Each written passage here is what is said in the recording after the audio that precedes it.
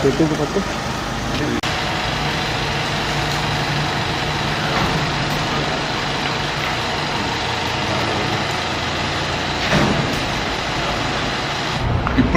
మనం చూస్తూ ఉన్నాం ఏదైతే వెలుగొండకు సంబంధించినటువంటి టన్నెల్ 2లో మనందరం కూడా ఉన్నాం.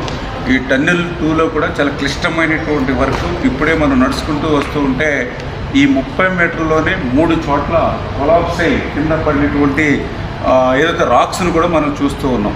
అంటే ఇటువంటి ప్రమాదకరమైనటువంటి క్లిష్టమైనటువంటి పనులు నిత్యం ఈ టన్నెల్లో ఉన్నటువంటి స్థితి. మొన్ననే మన తెలంగాణలో కూడా ఇట్లానే టన్నెల్ కొలాప్స్ అయ్యి ఏ రకంగా అయితే అక్కడ విషాదం చూసాం, మనందరం కూడా చూసాం. అటువంటి క్లిష్టమైనటువంటి పనులు కూడా జగన్మోహన్ రెడ్డి గాలి వదిలేస్తే మళ్ళీ మన కూటమి ప్రభుత్వం అధికారంలోకి వచ్చిన తర్వాత ఈ 22 నెలల్లో మరి హెడ్ వర్క్స్ కానీ టన్నెల్ 2కి లైనింగ్ అండ్ బెంచింగ్ పనులు కానీ ఫీడర్ కెనాల్ అయితే మొన్ననే 460 కోట్లు పెట్టి ఆ లైనింగ్ అండ్ సిసి వాల్ నిర్మాణం కానీ ఇవన్నీ పనులు పూర్తి చేసుకుంటూ వస్తున్నాం.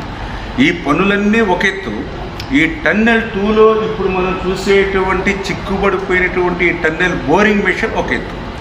ఎందుకంటే ఇన్ని పనులు మనం పూర్తి చేసినా ఈ టన్నెల్ బోరింగ్ మెషిన్ కనుక మనం తీయకపోతే ఒక చుక్క నీరు కూడా మరి ముందుకెళ్ళేటువంటి పరిస్థితి లేదు. ఎందుకంటే ఇప్పుడే మనం చూస్తూ ఉన్నాం ఈ యొక్క 19 కిలోమీటర్ల ఈ టన్నెల్ 2లో ఇది 11.8వ కిలోమీటర్ దగ్గర ఈ టన్నెల్ బోరింగ్ మెషిన్ చిక్కుకుని ఉంది.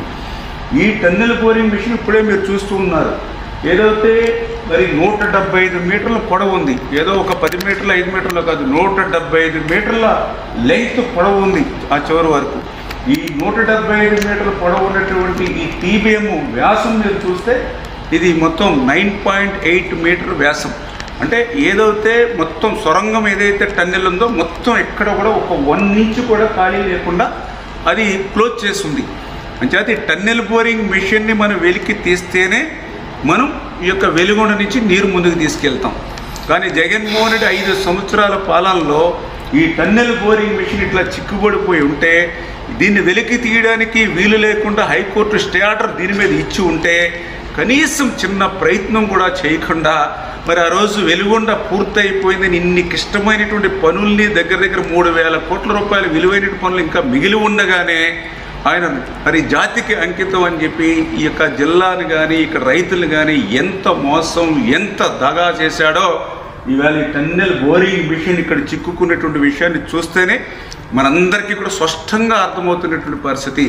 కానీ ఈరోజు ఈ కూటమి ప్రభుత్వం వచ్చిన తర్వాత ఈ 22 నెలల్లో ఈ యొక్క 1,000 కోట్ల రూపాయల పనులు ముందుకు తీసుకెళ్లడమే కాదు 5 సంవత్సరాల్లో పరిష్కారం కానిటువంటి ఈ టన్నెల్ బోరింగ్ మిషన్ను ఏదైతే హైకోర్టులో స్టే ఉందో చంద్రబాబు నాయుడు గారు సైతం ఆయన అడ్వకేట్ జనరల్ గారితో మాట్లాడి అడ్వకేట్ జనరల్ గారు కూడా స్వయంగా అటెండ్ అయ్యి మరి నిన్ననే ఈ టన్నెల్ బోరింగ్ మిషన్ మీద ఉన్నటువంటి స్టే ఆర్డర్ని వేకౌట్ చేయడం జరిగింది.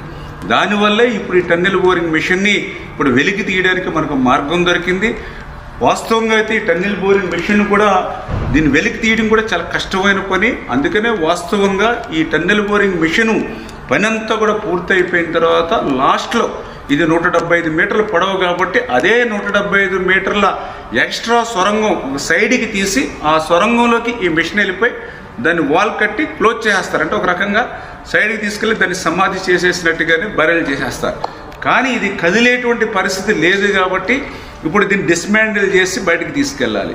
ఇది డిస్మాండిల్ చేయాలన్నా కూడా క్లిష్టంగా ఉంది కాబట్టి ఇప్పుడే మా ఏజెన్సీ అదేవిధంగా అధికారులతోటి దీన్ని మ్యానుఫ్యాక్చరింగ్ ఎవరైతే ఉంటారో వాళ్ళతో కూడా సంప్రదింపులు జరిపి మ్యాక్సిమం ఎంతో తొందరగా, ఎందుకంటే కనీసం 4 నెలలు పడుతుంది అన్నారు, ఒక 2-3 నెలల్లో అయినా సరే మన సీజన్కి నీళ్ళు ఇచ్చే సమయానికి ఇది డిస్మాండిల్ చేసేటువంటి విధంగా ఒక షెడ్యూల్ని రూపొందించుకోమని చెప్పడం జరిగింది. అందుకే ఇప్పుడు ఈవేళ అర్ధరాత్రి అయినా సరే మేము ఈవేళ టన్నెల్లో ఉండి ప్రతి పనిని కూడా సూక్ష్మంగా పరిశీలిస్తూ క్షేత్రస్థాయిలో పరిశీలిస్తూ ఈరోజు ఈ టన్నెల్ బోరింగ్ మిషన్ దగ్గరికి వచ్చి ఇక్కడ వాస్తవమైనటువంటి స్థితిని కూడా మరి ఈవేళ మేమందరం కూడా ఐడెంటిఫై చేసుకుని దాని ప్రకారం షెడ్యూల్ రూపొందించుకుంటాం.